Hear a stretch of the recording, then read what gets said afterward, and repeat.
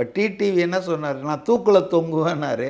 எடப்பாடியை இன்னைக்கு பார்த்தீங்கன்னா 2-3 நாளாக எடப்பாடியை முதலமைச்சர் ஆக்காமல் அவர் தூங்க மாட்டார் போல இருக்குது.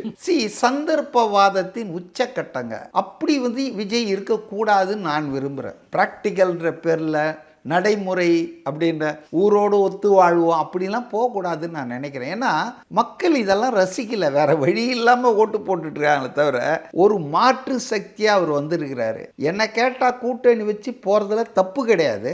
ஆனால் அந்த கூட்டாளிகள் உங்கள் நேர்மைக்கும் உங்கள் கோட்பாடுக்கும் கொள்கைக்கும் அனுசரணையாக இருக்கிறவங்களாம் வச்சுக்கணும். இப்போ உதாரணத்துக்கு இப்போ காங்கிரஸ் அந்த முடிவு தான் எடுத்திருக்காங்க அப்படிங்கிற மாதிரி போலாமா? ஏன்னா காங்கிரஸ் இது வரைக்கும் நேற்று அஜித் பவார் இறந்ததுனால அந்த மீட்டிங் தள்ளி வைக்கப்பட்டிருக்கு. எந்த மீட்டிங்? இவங்க கூட்டணி குறித்து கனிமொழி பேச போறாங்க. இல்லை பேசினாங்க. அதாவது கனிமொழி நேற்று மாலை சோனியா காந்தி வீட்டில் திரு ராகுல் காந்தி அவர்களை சந்தித்து 1/2 மணி நேரம் பேசினாங்க.